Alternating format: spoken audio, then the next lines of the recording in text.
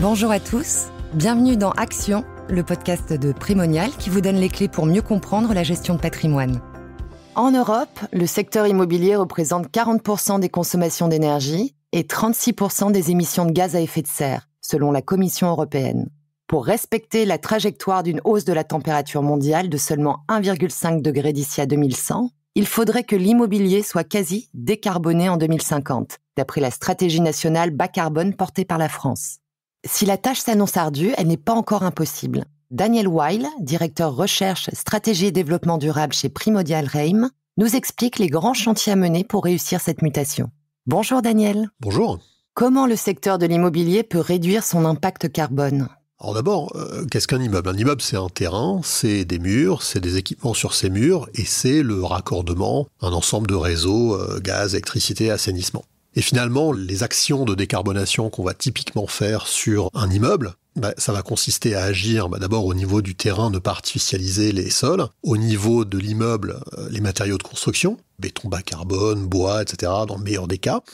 Ça va être finalement la rénovation des équipements, chauffage, pompe à chaleur, ventilation et autres. Et puis, ça va être le changement de source d'énergie.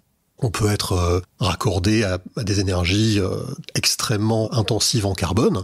Typiquement le charbon, c'est plutôt pour nos actifs situés en Allemagne qui a un mix énergétique très focalisé sur le charbon, le gaz évidemment, et puis l'électricité avec une composante nucléaire qui est moins intense en carbone.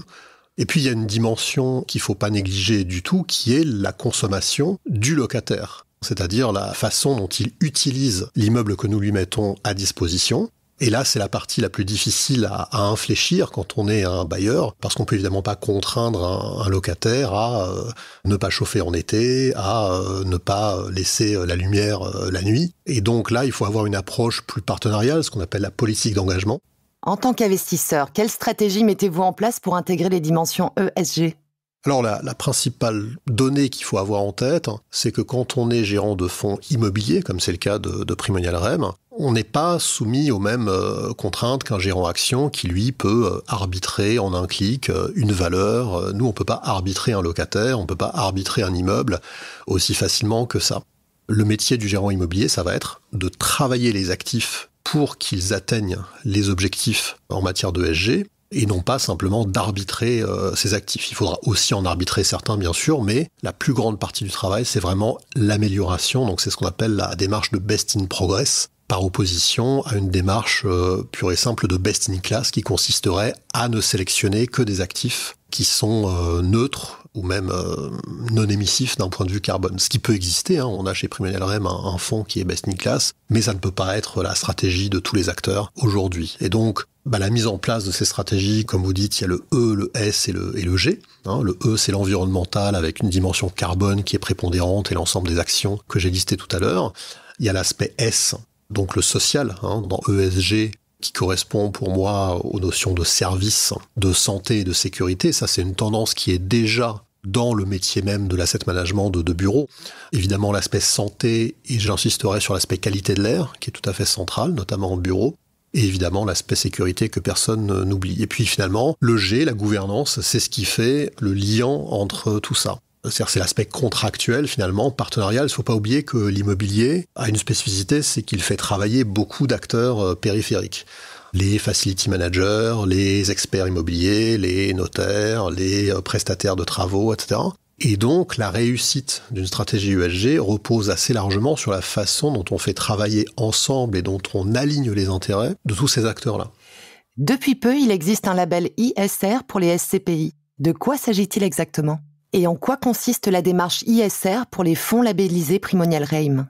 C'est la transposition au fonds immobilier du label ISR qui existait déjà pour les fonds, les OPCVM plus classiques. Donc le label ISR immobilier existe depuis 2020 et c'est un succès très important parce qu'il y a déjà 70 fonds qui ont le label ISR. Ce label est décerné par un certificateur indépendant pour une durée de 3 ans. Et pendant ces 3 ans, on va devoir démontrer l'amélioration de ce qu'on appelle la note ESG des actifs du portefeuille des fonds. C'est-à-dire qu'on doit d'abord construire un outil de notation qui permette de qualifier la qualité ESG de chaque actif. Et puis avoir un plan pour soit maintenir quand la note ESG est forte, soit améliorer quand la note ESG est faible, les actifs en question. Et donc on doit démontrer au certificateur, d'une part cette amélioration et d'autre part les procédures qui inscrivent vraiment ces améliorations dans notre business model. Ça va être l'intégration des actions nécessaires dans ce qu'on appelle les PPA, les plans pluriannuels d'amélioration, c'est-à-dire le business plan finalement de chaque actif. Et donc, on doit également reporter ces résultats aux investisseurs, démontrer la politique d'engagement vis-à-vis des parties prenantes, etc. Donc, il faut bien voir du point de vue de l'investisseur que le label ISR est un label qui certifie que la dimension ESG est pleinement prise en compte par le fonds et qu'il y a une systématisation de cette prise en compte, ce que j'appelle avoir un objectif extra-financier en plus de l'objectif financier. L'ISR ne certifie pas qu'il n'y aurait que des actifs neufs, verts ou labellisés dans un fonds. Il certifie que 100% des actifs ont un process qui doit soit améliorer leur note ESG, soit la maintenir à un niveau élevé. Est-ce que l'intégration de ces critères a un impact sur la performance des SCPI ? Alors c'est difficile à dire aujourd'hui parce que l'ensemble des travaux, des coûts qui sont évidemment nécessaires, sont très étalés dans le temps, puisqu'il s'agit en fait d'actions chirurgicales au cas par cas sur chaque actif.